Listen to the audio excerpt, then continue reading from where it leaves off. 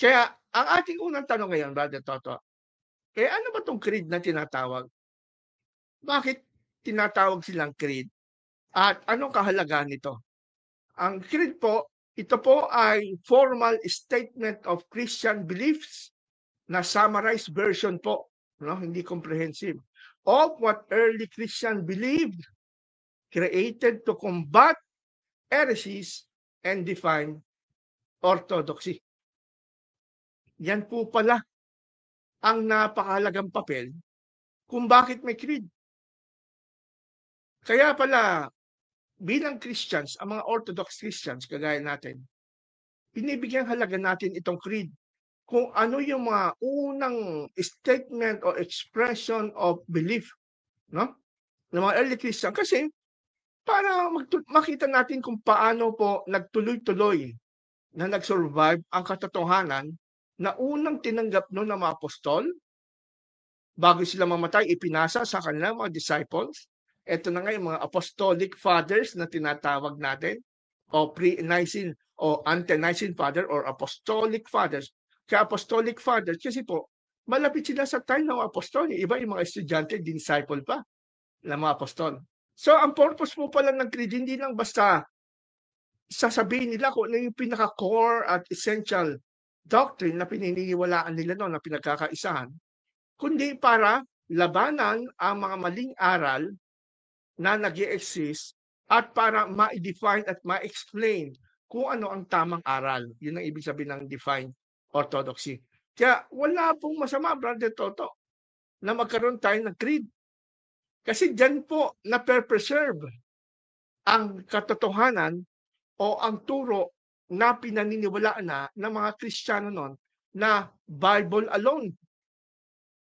Although hindi natin sinasabi na ang creed ay inspired like the Bible, ito po ay masasabi natin na hindi siya infallible.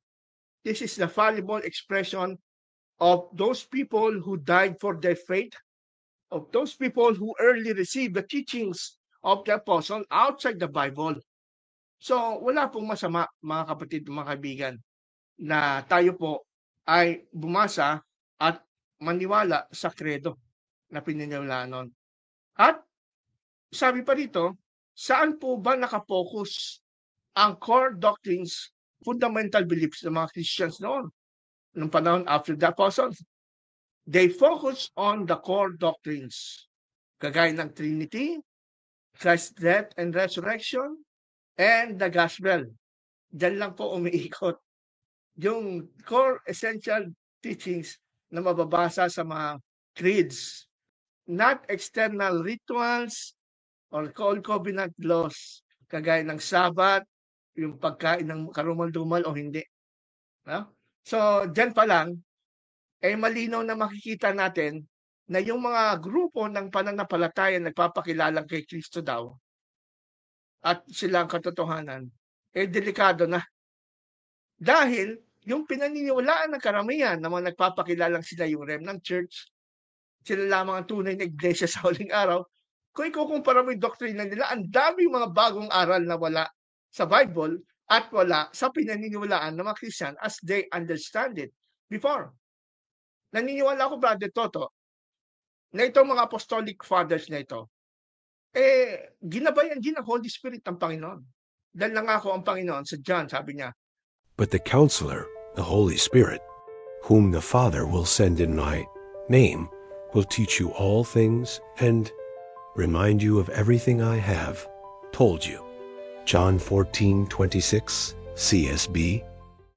So kung hindi man buo pa, hindi pa ganun ka buo ang pag-unawa ng mga early apostolic fathers sa understanding nila as they read the Bible. Remember, during these church fathers, 2nd century, hindi pa kumpletong nakokolekta sa isang lugar ang Bible. Although tapos na ang canon ng Scripture.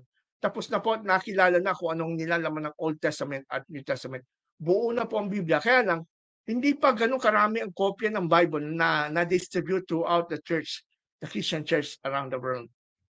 Pero sa mga turo pa lang ng mga apostolic fathers na ito, na natutunan nila sa apostol, ay napakalaking bonus na po sa ating faith yan, mga kaibigan. Although Bible believers tayo, we believe in sola scriptura, napakalaking bonus kung hindi man natin personal na nakausap ang apostol, para na rin natin silang personal na nakausap sa pamamagitan ng mga sulat na nag-survive na itong mga church fathers nito at yung binuo nilang statement of belief o creed na nakarating sa ating panahon. Ano po bang mga creeds na ito? Ano yung mga ilan sa mga kilalang creed na sinasampalatayanan kapwa ng mga Roman Catholic Church, Protestant Church, at Eastern Orthodox Church? Ito ang pinakamaganda sa creed, Brother Toto. No? Lalo na yung first 7 creeds or councils, tapos yung 3 creed na ito, the Apostles' Creed, Nicene Creed, Chalcedonian Definition, ito po ay creed or confession. Napaka-blessed natin kasi akala natin makalaban ng Katoliko, Protestante, Eastern Orthodox. Hindi po. Pagdating po sa creed or statement of belief ng mga ancient Christianity, nagkakaisa po sila. Yan po ang pinaka-safe na approach po sa paghahanap ng katotohanan. Dedikado yung mga nagtuturo ngayon ng mga bagong aral na hindi sang-ayon sa mga sinaunang statement of belief na mga Christians. Katulad ng Apostles' Creed, Nicene Creed, at yung Chalcedonian Definition. Ano po ba ang nature ng 3 creed na ito? Bigyan natin ng konting background, Brother Toto. Makita niyo dito sa screen ang background ng creed na ito. For example, yung Apostles' Creed, ang petsa na ito ay nabuo o nasulat ay between 2nd hanggang 4th century at ang final form nito ay nabuo noong 390 AD. Kasi po, sabi dito, ang context nito, sabi dito sa ating screen, itong Apostles' Creed developed as an early baptismal confession in the Western Church. Not from the apostles themselves, walang pirma ng apostol, kundi alam nila na ito'y sinasang-iyon ng mga apostol. Kaya tinawag na Apostles' Creed kasi although hindi apostol ang direktang sumulat, ito naman ay sinulat ng mga disciples at mga alagad ng mga apostol bago sila mamatay. No, ito ginamit pala na baptismal confession o pang-indoctrinate doon sa Western Church. It summarized the apostolic teachings na nakarating doon sa mga apostolic church fathers na yun. No? The earliest known version is from around 2nd century with its final form by the late 4th century. Bakit may ganun? Kasi nga po, progressive yan. Habang tumatakbo from 2nd century hanggang 4th century, ay nadadagdagan, nag-grow ang knowledge at ang level ng kanilang pag-unawa sa salita ng Diyos. Kaya po, ginawa ito sa isang creed o statement of creed kasi po, ito na po yung pinagkakaisahan ng mga Kristiyano na kanilang statement of belief that time. Next, itong Nicene Creed. Ano po itong Nicene Creed? Ito po ay, ang petsa nito ay mula noong 325 AD, Council of Nicaea, alam na lahat yan. At ito ay na-revise noong 381 AD dahil ito ay na-expand siya. Na may expansion ng 381, may upgrade siya. Ito yung tinatawag naman sa Council of Constantinople. Originally formulated at the First Council of Nicaea, 325 AD, to combat Arianism. Alam natin yan kung ano yung Arianism. Ito yung mga heretics na ang paniwala nila. Si Jesus, there was a time that he never was. Merong panahon na hindi siya umiiral at may panahon na umiral siya nung siya ay nilikha ng Ama. At na-expand nga into liturgical form noong 1st century of Constantinople noong 381. Ang na-expand dito ay about the expression about the Holy Spirit. God of God, light of light. You know? So, tinatawag ito na ito po ang pinagkakaisahan ng mga Kristiyano throughout the Roman Empire, no? Na ito po ang paniniwalaan ng mga Kristiyano. Kaya nga po, pagdating sa Trinity, ito yung ginagamit nating expression. At ito yung tinatawag na mas kilala sa Niceno Constantinopolitan Creed. Ayan. At yung pangatlo na creed natin pag-usapan ay Chalcedonian Definition kung tawagin. Ito po ay noong 451 AD na nagawa doon po sa Council of Chalcedon. Ito po ay issued by Council of Chalcedon to affirm the full divinity and humanity of Christ against the monophysite controversy. Not a creed in the same sense, but a Christological statement of faith. Kaya po ang mga Kristiyano ngayon, katulad ng inyong lingkod, pagka po merong makikipag-dialogue sa atin about the nature of Christ, kung siya ba talaga ay Diyos, kung siya ba ay Diyos o tao lang, ang tendency pag ikaw ay Kristiyanong may alam at gumagalang sa creed ng ancient Christianity, pupunta ka muna sa Bible, siyempre. And then, titignan mo yung secondary evidence mo, ay yung kung ano yung pinaniniwalaan tinanggap na mga Kristiyano noon. Ano yung kanilang fundamental belief about Christ na naisulat during that time. Hindi yung pupunta ka muna sa turo ng ibang pastor, yung mga turo ngayon, medyo hindi safe doon. Ang gawin natin, puntahan natin itong ancient interpretation at understanding ng mga church na ito. Kaya nga kung tawagin ito ay ecumenical council. Pag sinabing ecumenical council, lahat ng mga leaders ng churches, na local churches throughout that empire, ipatatawag yan at magkukonvince sila sa isang lugar kung saan pagdudutuhan, pagdidebatihan, at pagpapasyahan kung ano ang dapat paniwalaan ng mga Kristiyano. So kagaya itong Council of Chalcedon, itong ginagamit ng mga Kristiyano ngayon para i-debunk yung mga naniniwala na mga Kristiyano daw na si Kristo ay isang nilalang, isang nilikha, katulad ng mga Jehovah's Witnesses. Yung mga katulad na nagsasabi si Kristo ay tao lang, mga iglesia ni Kristo. At yung mga bagong sulpot na relihiyon si Jesus Christ, hindi Diyos. Ayan, kasi wala silang alam dito eh. They don't care. They don't have knowledge anything about what has been already stated as official belief ng mga Christians noon pa, 2nd century. Hindi pa kayo pinapanganak, pati yung mga founder ng religion nyo.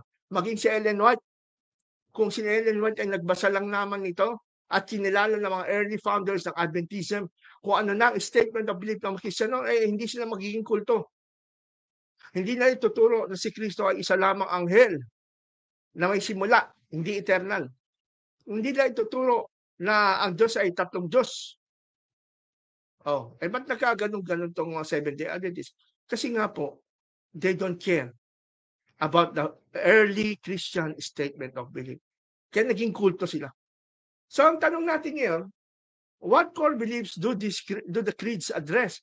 Ano po yung mga belief na mga ina-address ng binanggit nating creed? Nicene Creed?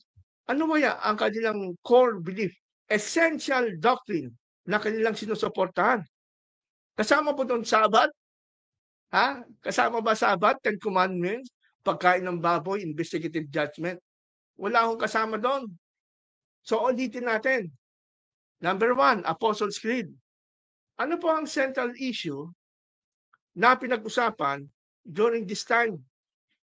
Sabi dito, ang Apostles' Creed is a summary of basic Christian belief, affirming faith in God the Father, Jesus Christ as His Son, and the Holy Spirit, the Church, forgiveness of sin, resurrection, and eternal life.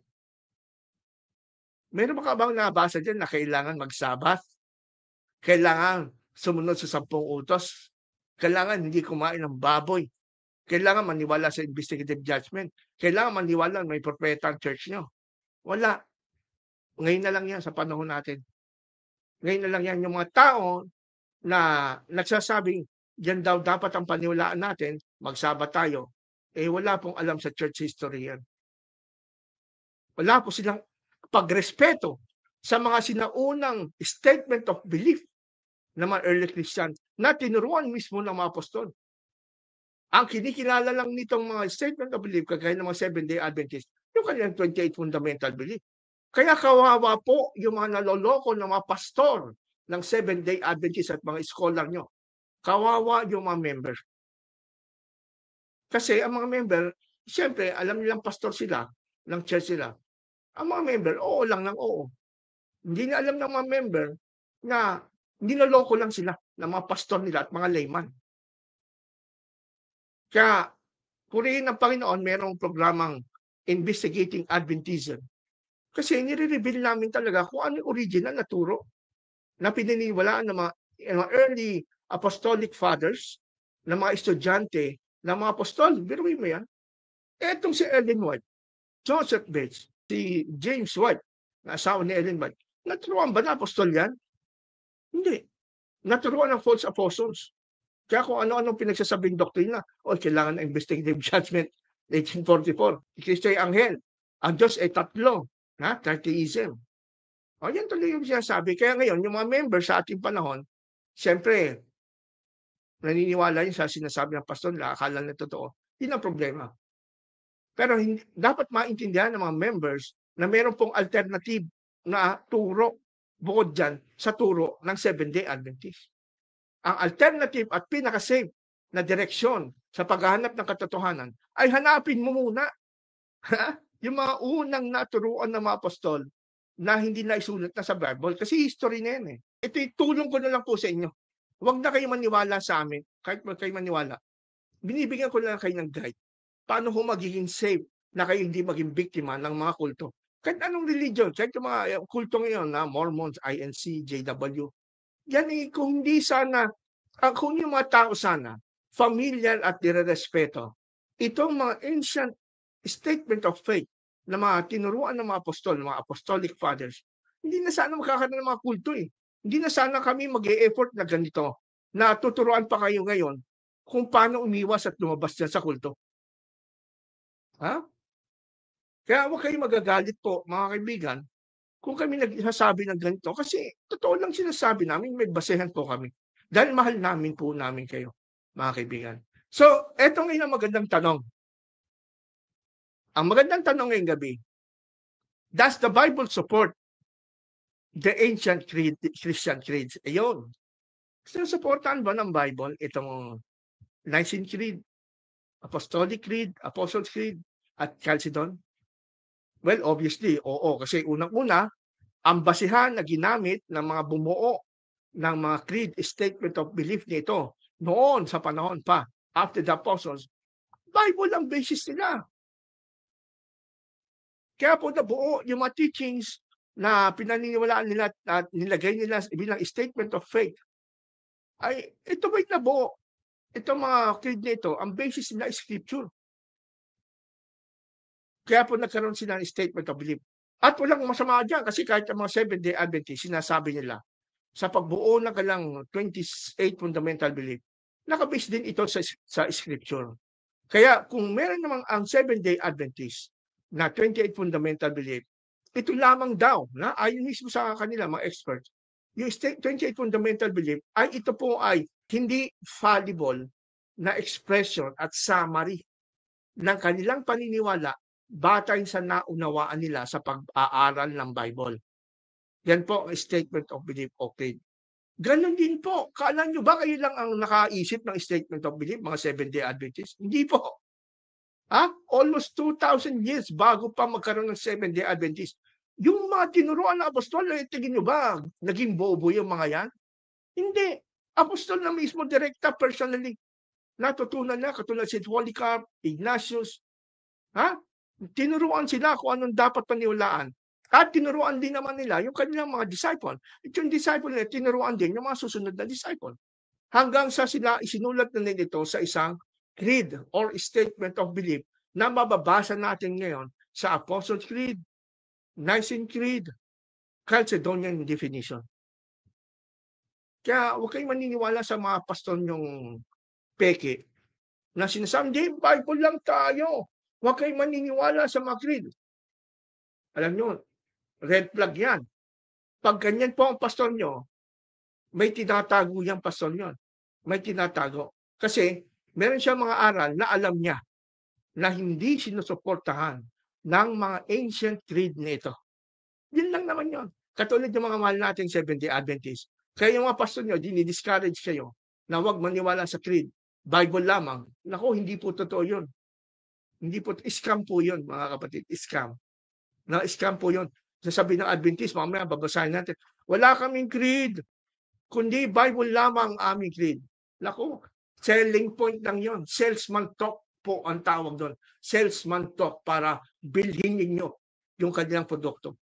Unfortunately, marami na bumili at nauto doon sa salesman talk, no? Mga selling point ng mga pastor. Hindi naman ganon. Dahil ang Bible mismo ang batayan kung bakit nabuo ang mga creed na ito. At ito pa, pangalawa, gaya ng ating sasagutin ngayon.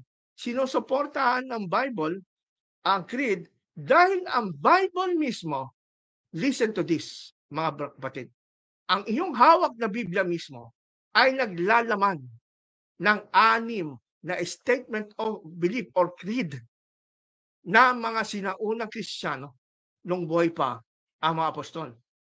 Naniniwala ba kayo doon? Alam ko, yung iba hindi naniniwala. Pero, yan ang pag-usapan natin ngayon.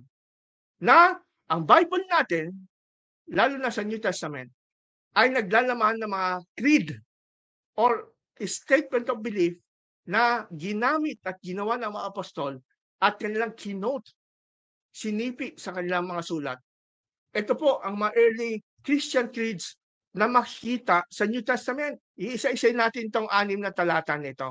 Unahin po natin itong 1 Corinthians chapter 15, verse 3 hanggang 5. Sabi nga, probably the earliest formal creed received and passed on by Paul. Si Paul mismo ang nagpasa-pasa nito by oral tradition sa pangangaral niya sa bawat churches. Ano po ba nilalaman ng 1 Corinthians 15:3-5? Ito po ang nilalaman.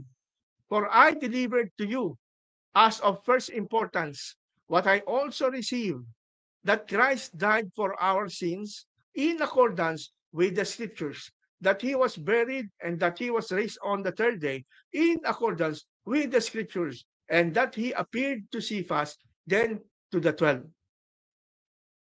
Kung napansin niyo yung order at structure ng sentence, masyadong formal, hindi ba? Sabi ng mga experts sa Bible language at patristic writings, this is part of the early Christian creed.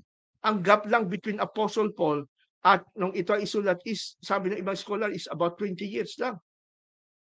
No? Merong nag-exist na creed na noon, sa panahon ng mga apostle, after the Jerusalem temple was trodden down, meron ng binuo na statement of belief ang mga early Christian panahon ng mga apostol, kagaya nito na sinasabi ni Paul. At mapapansin nyo, sa original Greek, yung salita na ginamit Paul dito ay nasa format na parang pagpapasa-pasa ng tradisyon. For I delivered to you as of first importance what I also received. So ito pong, that Christ died for our sins in accordance with the scripture, that he was buried, that he was raised on the dead according to the scripture, he appeared to Cephas, to the 12. Hindi po galing kay Paul yan. Hindi kay Paul ang idea yan. Na-receive lang niya yan by oral tradition. No? Na-receive niya. At ngayon, ay kanya naman dinadala at pinapatanggap doon sa church sa Corinth. Yan po ay creed. A statement, ancient statement of Christian belief. Kaya huwag niyong gagawin tanga at bobo. Ang mga Kristiyano noon, kala nyo, kayo lang ang totoong church ngayon, na kayo lang Lemon Church, napaka-holy ninyo. No. Ang masasabi ko, napaka-sinungaling ninyo. Mga pastor, ang sinasabi ko, hindi kayo mga member. Kasi biktima lang po kayo ng mga scammer nyong mga pastor at mga leaders at mga scholar. Yan ang mga manloloko. Ginagawa nilang bobo ang mga Kristiyano sa inyong mga members para hindi kayo maniwala at magbasa, magsuri kung ano bang paniwala noon. Kasi natatakot itong mga pastor na ito na baka pag nagsuri kayo sa mga ancient statement of belief ng mga Christian noon pagkatapos ng mga apostol, talagang lalayas kayo sa church nila. Dahil marami silang tinuturo ngayon na wala sa kanilang statement of belief. Tulad na ng Sabbath, Ten Commandments, dietary laws, investigate. Wala yan. Ito pa, pangalawang statement of belief na na-receive ng mga apostol at kanilang ginagamit sa scriptures. Romans 10:9. Ito ay isang concise confessional formula for salvation. Ang sabi doon sa Romans 10:9, because if you confess with your mouth that Jesus is Lord and believe in your heart that God raised him from the dead, you will be saved. Hindi ito salita mismo ni Paul, kundi kinot ng ni Paul yung umiiral at nag-i-exist na creed o summary of belief ng mga naunang Kristiyano before Paul ma-convert sa Christianity. Umiiral na ito, nagsisirculate na ito sa mga churches. Pero orally, hindi written form. Ngayon, mabuti lang si Paul, nung sumulat siya ng epistles, ay naisulat niya itong mga oral tradition or statement of belief na pinagkakaisa na ng Kristiyano noon. Kaya merong creed sa loob ng Bible. Kaya there's nothing wrong with the creed. Next, 1 Timothy 3:16.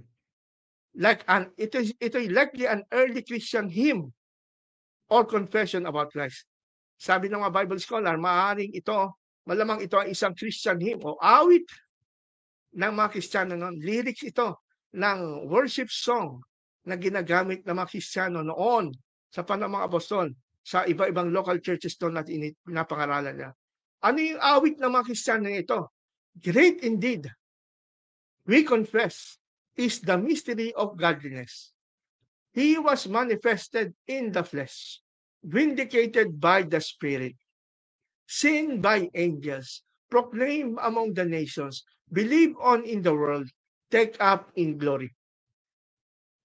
Hindi salita ni Paul yan.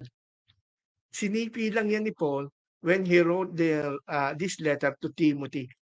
Ito na kasi yung pinaniniwalaan na nagsisirculate na statement of belief o creed na maunang Kristiyano noon bago pa na-convert si Paul na maging Christian. So yan, meron na creed sa Bible.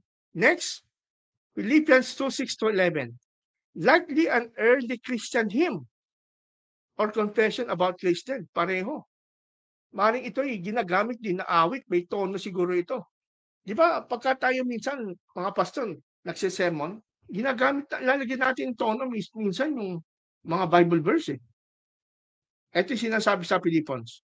Who, though he was in the form of God, did not count equality with God a thing to be grasped, but emptied himself by taking the form of a servant, being born in the likeness of men, and being found in the human form, he humbled himself by becoming obedient to the point of death, even death on a cross. Therefore God has highly exalted him and bestowed on him the name that is above every name, so that as the name of Jesus, every knee should bow in heaven and on earth and on under the earth, and every tongue confess that Jesus Christ is the Lord, to the glory of God the Father. Kala niyo ba sinulat lang ni Paul yan? Hindi. Isa po yan sa mga Christian hymn. Inaawit na yan ng mga Kristiyano at umiikot yan sa mga local churches. May mga kopya ang mga Christian yan. Ito'y awit patungkol sa nature ni Jesus Christ na bago siya nagkatawang tao, siya po ay nasa isang Diyos. At kanya pong, he emptied himself by becoming a man. He added a nature of human being. Kaya siya po ay naging tao. It is a form of hymn or summary of statement of belief na mga Kristiyano yan. Hindi po si Pablo ang gumawa niyan. Kinote lang niya, mga kapatid, yung talata niyan. At po naman sa 1 Corinthians 8:6, it is an early monotheistic Christian Christological confession. Pag sinabing confession, statement of belief din yan, creed din yan. Pero in a mas explicit at mas malinaw. Sabi dito sa 1 Corinthians 8:6, yet for us, there is one God, the Father, and from whom are all things, and for whom we exist, and one Lord Jesus Christ, to whom are all things, and through whom we exist. Hindi ho sulat ni Paul yan. Kinot lang ni Paul yung nag-exist at umiiral lang Christian creed na pinaniwalaan ng mga Kristiyano na kanilang fundamental belief. Ito po naman sa Efeso, Ephesians 4:4-6, possibly used in baptismal or catechetical settings. Maring ito daw po ay ginagamit bilang inire-recite ng mga candidate for baptism to make sure na naintindihan nila ang kanilang faith bago sila lumubog sa tubig. Catechetical teachings, pangkatekismo, tinuturuan yung mga candidate for baptism. Ito sinasabi, there is one body and one spirit, just as you were called to the one hope that belonged to your call, one Lord, one faith, one baptism, one God and Father of all, who is over all and through all and in all.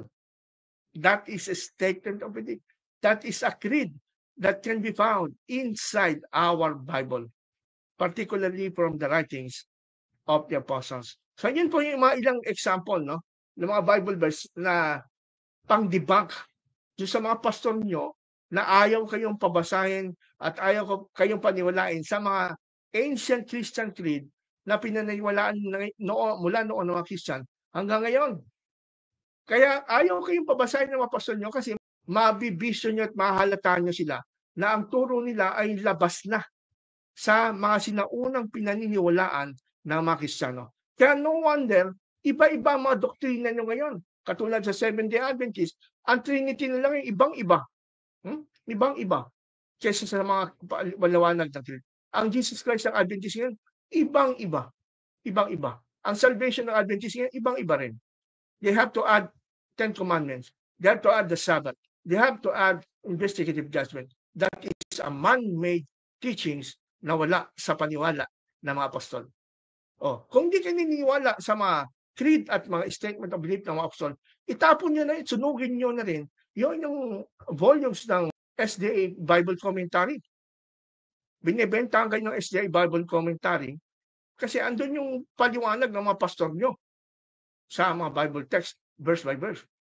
Alam nyo ba, bago pa yung mga pastor nyo yan, paano ba ng mga apostol? Ginagawa ng mga apostolic fathers yun.